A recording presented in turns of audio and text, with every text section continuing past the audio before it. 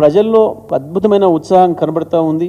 వాస్తవానికి అది మేము బీఆర్ఎస్ పార్టీ రజతోత్సవ సభగా నిర్వహించాలని చెప్పి మా అధ్యక్షులు కేసీఆర్ గారు నిర్ణయం తీసుకొని చేస్తున్న సందర్భంలో ప్రజలు దాన్ని ఒక రకంగా కాంగ్రెస్ వ్యతిరేక సభగా పార్టీ ప్రభుత్వ దుర్మార్గాలకు వ్యతిరేక సభగా ప్రజలు మార్చుకుంటున్నారు, దాన్ని మలుచుకుంటున్నారు.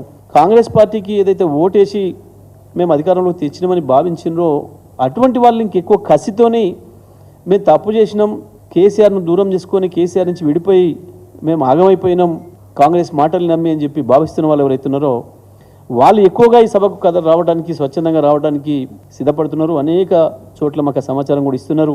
సార్ మేమే వస్తాం, స్వచ్ఛందంగా వస్తామని చెప్పి అది నెమ్మదిగా అసలు గ్రామాలలో ఒక పండుగ వాతావరణాన్ని సృష్టిస్తూ ఉంది. ఏ రాజకీయ పార్టీకి కూడా ఎటువంటి ఆదరణ రాలేదు గతంలో. వాస్తవానికి ఈ దేశంలో అనేక రాజకీయ పార్టీలు ఉన్నాయి.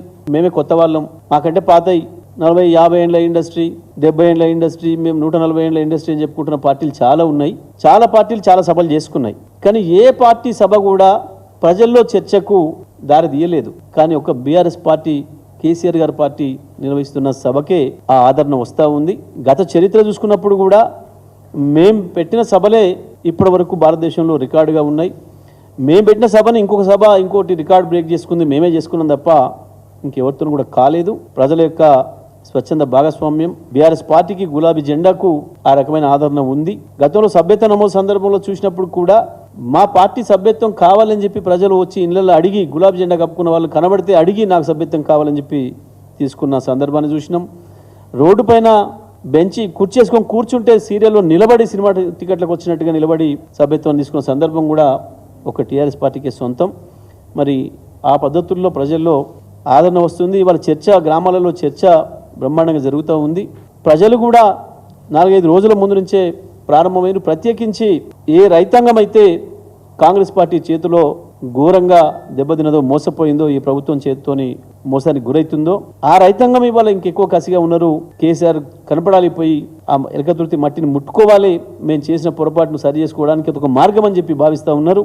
అందుకే ఇవాళ ఎడ్ల బండ్లతోని 4 రోజుల క్రితమే ప్రారంభమై వాళ్ళు ఎటువంటి ఇబ్బందులు వచ్చినా తట్టుకొని బ్రహ్మాండంగా ముందుకు పోతూ ఉన్నారు. ఎట్టి బస్సులో సభ ప్రాంగణాన్ని చేరుకొని తీరాలి అని చెప్పి పట్టుదల కనబడుతూ ఉంది.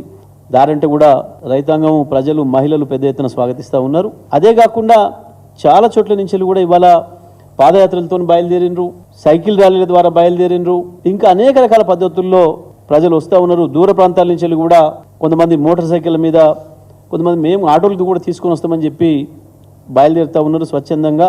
ఈ సభలో మేము పాల్గొనాలి, మేము భాగస్వాములకు కావాలి అన్న భావన, ఆ ప్రేమ, ఉత్సాహం ప్రజల్లో కనబడుతుంది పెద్ద ఎత్తున.